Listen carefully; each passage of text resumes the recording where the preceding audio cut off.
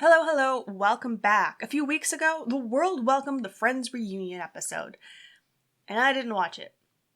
I don't know, I'm just not as on board the whole nostalgia train as my other fellow millennials.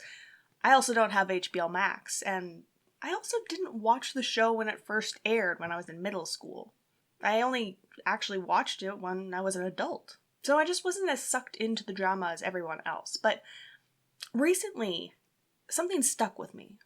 This is 90s New York. This is the era of Rudy Giuliani and the broken window theory. Friends is the epitome of the gentrification of New York. Friends is white, alarmingly white. So much so that New York just doesn't look like New York. Yes, I know it's a Hollywood soundstage. That's not what I mean. What I mean is, where is the diversity? Well, it's been phased out. Actually, that's the really nice way of putting it. Really, it's been driven out. You ever wondered why Friends is a show about white 20-somethings living well above their means in New York City?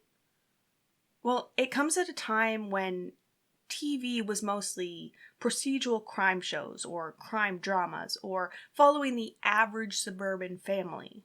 So Friends came as this breath of fresh air to people who just wanted to live vicariously through these 20-somethings in their being single in the city. But it really set Friends up to be a product of its time because New York was going through this really strange transformation. It was a crackdown on crime, the poor, and people of color.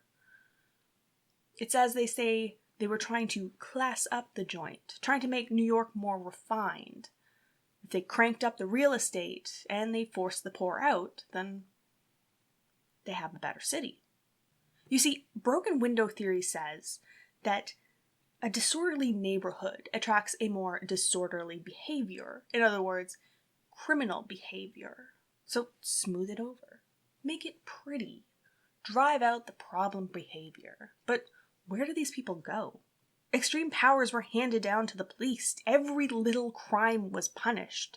They chased down jaywalkers. What it became was not what it was so nicely labeled as, a war on drugs or a war on crime. No, this was a targeted attack at the poor black communities in the city. Forced them out by cranking up their real estate so they could no longer afford to live there. Friends became the ideal of white living in New York in the 90s. They were all super attractive, and they were all just a little bit neurotic, but, in that good way. A completely delusional lifestyle, full of entitlement and these fantastical stories of living in the city. I'm not raging on Friends as a show. It's actually a super fun show. I mean, the comedic timing alone is impeccable, and the chemistry that they had on screen is perfect. I mean, the friends actually were friends. But basically, we're looking at white people creating a white story for other white people. A story that completely ignores the fact that 65% of New York City is people of color. But here's the real kicker. Have you ever heard of Living Single? No? Well, it's basically the exact same show with an all-black cast, and it aired a year before Friends. In Living Single, you have the girls living together in one apartment and the boys living in another, all in the same building in Brooklyn. So basically what Friends did was they took that and gentrified it. It's almost straight up plagiarism. Swap the Brooklyn apartment for Manhattan and whitewash it. It's nothing new. The industry has been doing this for decades. Take black work and slap a white face on it. This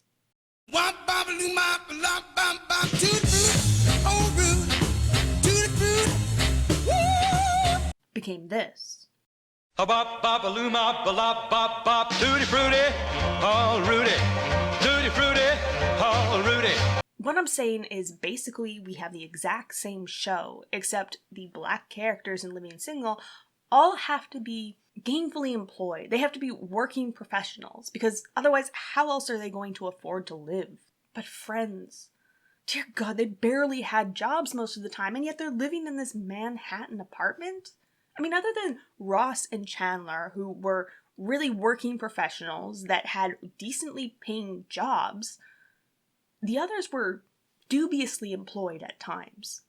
And here's another thing. Friends, it centered around Central Perk. So the friends could sit around during the day drinking marked up coffee. When you think about it, the black gatherings are usually in outdoor spaces, front steps or on the basketball court.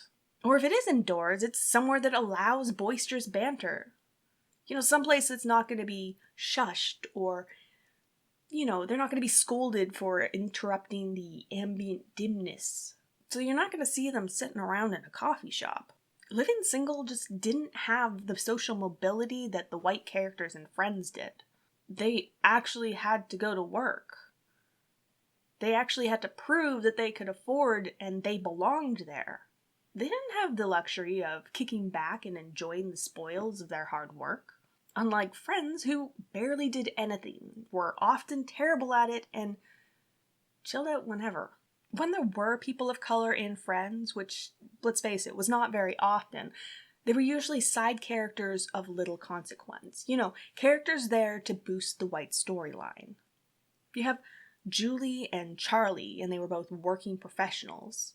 Or you have the clerk that helped Phoebe change her name.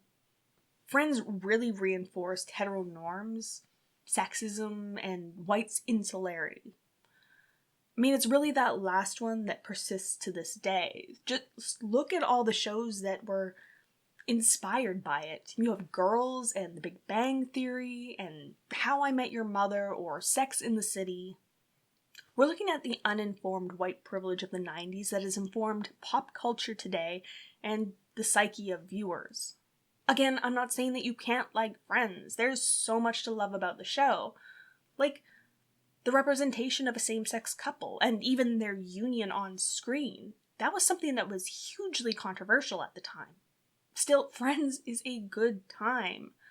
But as with anything when you're looking at history, you need to be aware of what you're watching and what is being represented and how. But more importantly, go watch Living Single. Thank you so much for watching. If you liked this video, don't forget to like, comment, and subscribe.